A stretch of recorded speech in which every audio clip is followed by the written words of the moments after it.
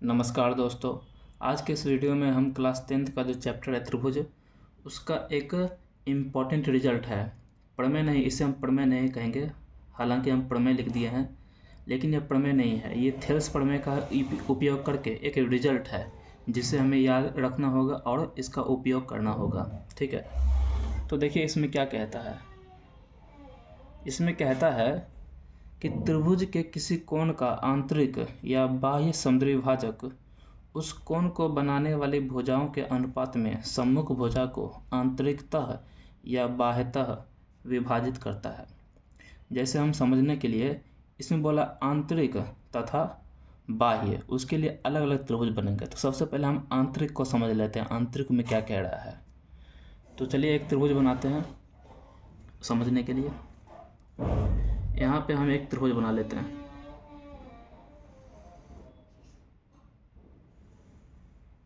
ठीक है, हमने एक यहाँ त्रिभुज बना दिया ए बी सी, त्रिभुज ए बी सी।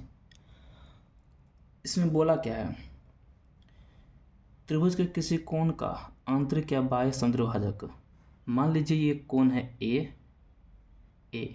ठीक है, हम इस ए से सामने वाली भुजा बी सी पे एक माध्यिका खींचते हैं। ए से बी सी पे एक माध्यिका खींचे जो कि बी सी को समद्विभाजित कर दे, बी सी को समद्विभाजित कर दे बराबर भागों में, और इस पॉइंट का नाम दे देते हैं डी। मतलब कि बी डी जो है ए डी के, ये बी डी डी सी के बराबर में हो गया। उसको ये भुजा ए डी बी सी को इस प्रकार काटा है कि बी डी बराबर है डी सी के। ठीक है, तो बोला है कि जो इस कोण को बनाने वाली जो भुजा है बी ए और ए सी, इसका अनुपात सामने वाले भुजा का समद्विभाजक का अनुपात के बराबर होगा। मतलब कि कह रहा है बी ए अनुपात ए सी बराबर होगा बी डी के अनुपात और डी सी के अनुपात के।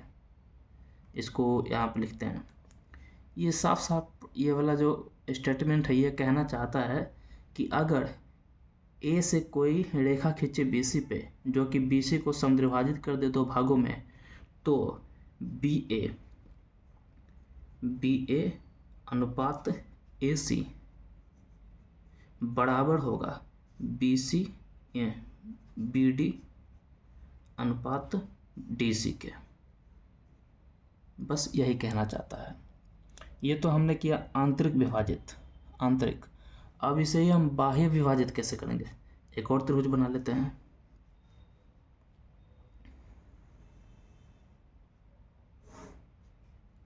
ये हमने एक त्रिभुज बनाया ए बी सी। ठीक है, अब मान लीजिए हमें इस कोण को, ये वाला जो कोण है, इसे बाहर से विभाजित करना है, इधर से नहीं। तो उसके लिए क्या करेंगे, बी ए जो है इसको आगे की ओर थोड़ा खींचते हैं। जब आगे की ओर खींचे और इस पॉइंट का नाम देते हैं हम ई। ठीक है, तो यहाँ पे एक कोण बन गया ई ए सी। तो अब इस कोण को ई ए सी को जब विभाजित करेंगे उसे ही हम कहेंगे कि कोण बी ए सी को बाह्यतः विभाजित कर रहा है। तो यहाँ से एक माध्यिका खींचने के लिए या फिर रेखा खींचने के लिए इस बी सी को थोड़ा आगे बढ़ाते हैं और इस पॉइंट को नाम दे देते हैं एफ। मान लीजिए ई ए सी को हमें विभाजित करना है, तो ये वाली रेखा खींच देते हैं जो कि इसको और इसको विभाजित कर दिया। मतलब कि ये वाला जो पूरा कोण है, ये वाली रेखा इस कोण को दो भागों में विभाजित कर दिया। इसे ही कहते हैं क्या, बाह्यतः विभाजित।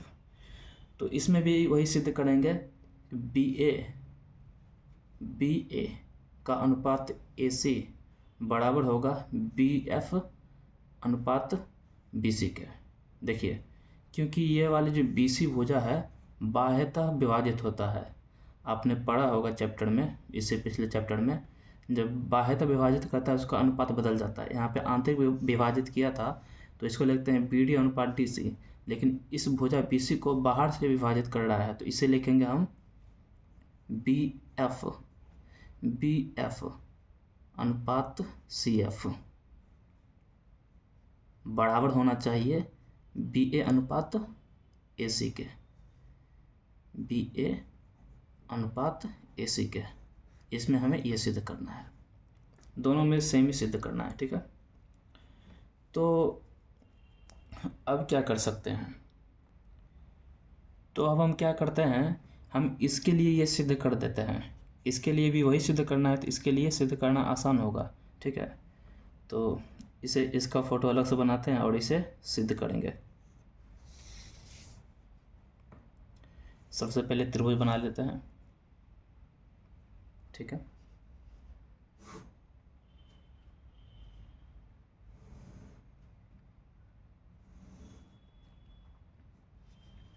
ए बी सी, ठीक है। यहाँ से हमने एक खींचा भुजा ए डी, भुजा ए डी बी सी को डी पे काटती है, ठीक है।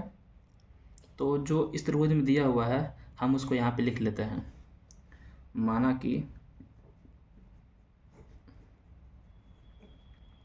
कि त्रिभुज ए बी सी में सरल रेखा ए डी, सरल रेखा ए डी कोण, सरल रेखा ए डी कोण बी ए सी को, कोण बी ए सी को आंतरिक समद्विभाजित करती है, आंतरिक समद्विभाजित करती है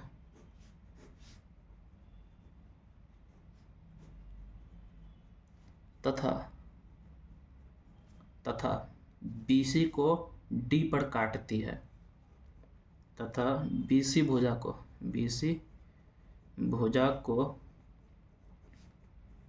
D पर काटती है। तो हमें सिद्ध करना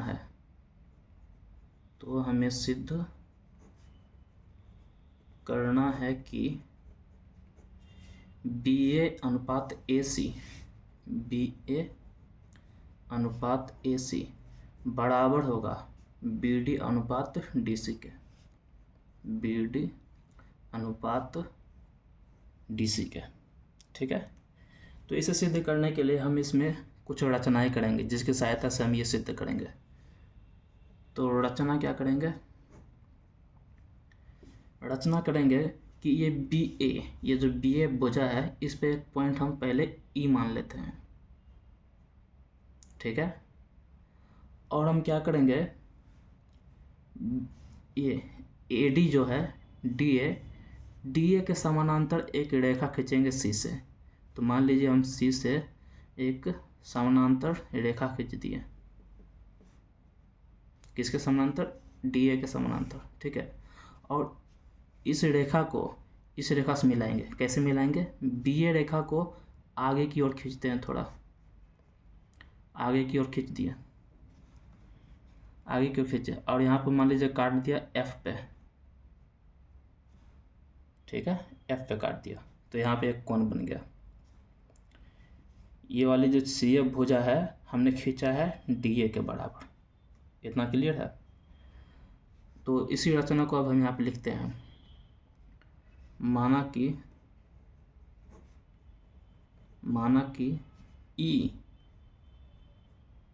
कि E BA पर स्थित है, E BA पर स्थित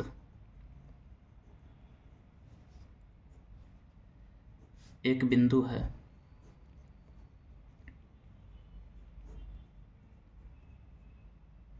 C से एक सरल रेखा खींचे हैं हम, C से एक सरल रेखा CF खींचा जो कि समानांतर है किसके, DA के,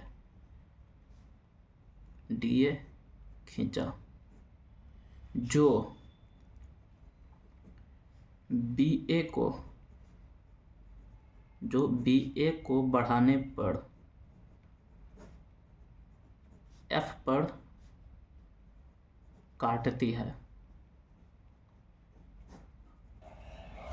तो ये जो सी एफ रेखा खींचे हैं बी ए को बढ़ाने पर एफ पे काटती है। ठीक है, तो अब हम सिद्ध करते हैं। आप यहाँ से देख सकते हैं, चूँकि हमने ये सी एफ रेखा खींचा है डी ए के समानांतर, तो यहाँ पर लिखते हैं डी ए समानांतर है सी एफ के। जब ये वाली भुजा इसके समानांतर है तो क्या होगा, ये वाला ए सी एफ, देखिए जब ये वाली भुजा इसके बराबर है तो ये वाला कोण और ये वाला कोण आपस में बराबर होगा। किस नियम से? एकांतर कोण के नियम से। तो यही पर हम वो लिखेंगे कोण, इसीलिए कोण ए सी एफ बराबर होगा कोण डी ए सी के, या फिर सी ए डी के। कोण सी ए डी के कौन सा नियम है? एकांतर कोण। ठीक है, दूसरी बात, तो ये तो बराबर होगा ही एकांतर कोण से, क्योंकि डी ए समानांतर है सी एफ के। ये वाला कोण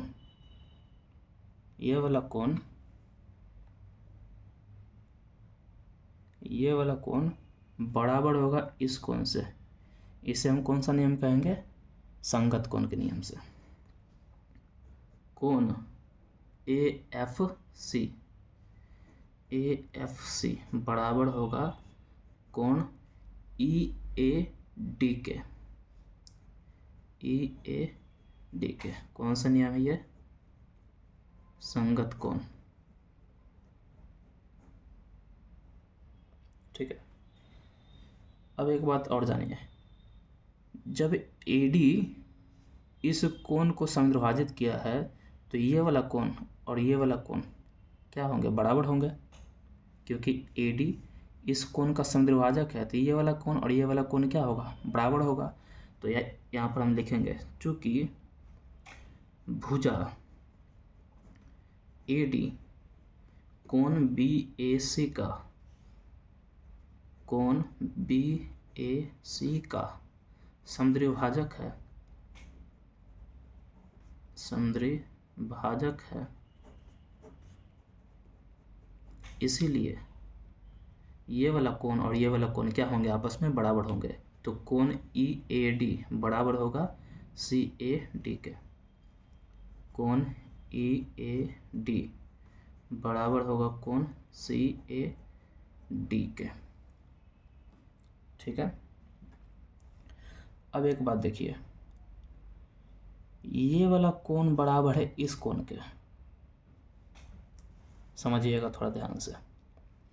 ये वाला कोण बराबर है इस कोण के और ये वाला कोण बराबर है इस कोण के, तथा ये वाला कोण बराबर है इस कोण के। तो ये दोनों भी कोण आपस में बराबर ही होंगे। क्यों? ये वाला कोण इसके बराबर है, ये वाला कोण इसके बराबर है और ये वाला कोण इसके बराबर है।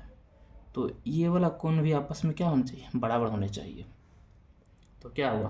कोण AFC बराबर होगा कोण ACF के।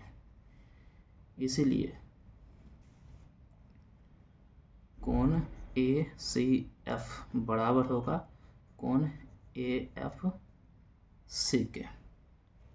अब एक बात समझिएगा, त्रिभुज का जो एक नियम है, क्योंकि ये वाला कोण और ये वाला कोण बराबर हो गया इस त्रिभुज में, देखिए ACF त्रिभुज में, क्योंकि ये कोण इस कोण के बराबर हो गया तो ये एक समद्विबाहु त्रिभुज हो गया। समद्विबाहु जिसके दो भुजा बराबर हो। समद्विबाहु त्रिभुज में ही आधार का दो कोण आपस में बराबर होता है।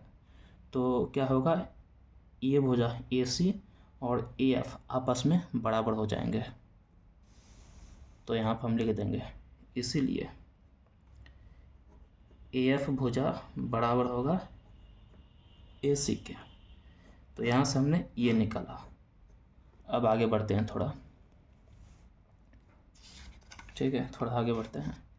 इसी फिगर को थोड़ा एक बार और बना लेते हैं।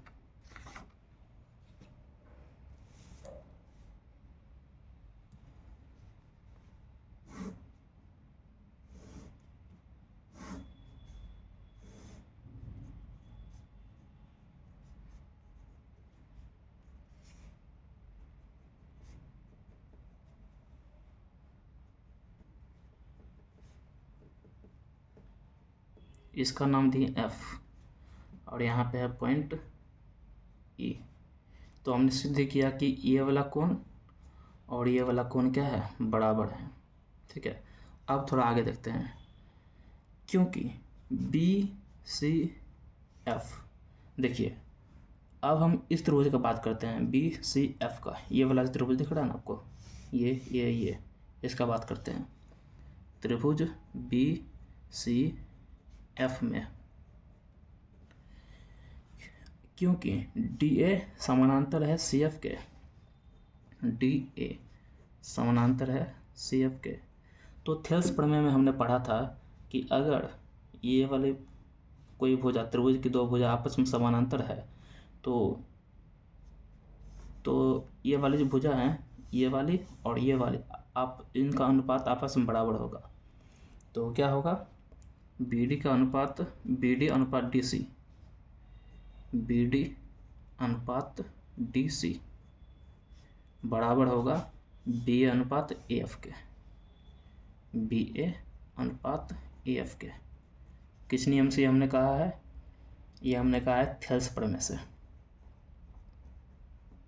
थेल्स प्रमेय। ठीक है, ये थेल्स प्रमेय से लिखा हमने। अगर ये वाली भुजा, त्रिभुज की दो भुजा आपस में समानांतर है तो इसके जो दो भुजा हैं, अन्य दो भुजा, उनका अनुपात आपस में बराबर होते हैं। ठीक है, अब देखिए BD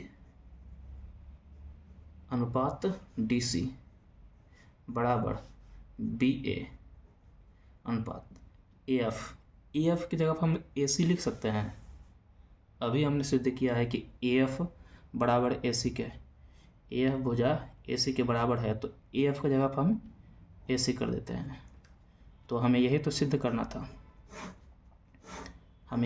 करना था, अगर AD BC को समद्विभाजित करता है तो BD अनुपात DC बराबर होगा BA अनुपात AC के, BA अनुपात AC के। हमें यही सिद्ध करना था, तो यहाँ पर लिख देते हैं प्रूव्ड। ठीक है, तो इस वीडियो में इतना ही, मिलते हैं नेक्स्ट वीडियो में, तब तक के लिए बाय बाय।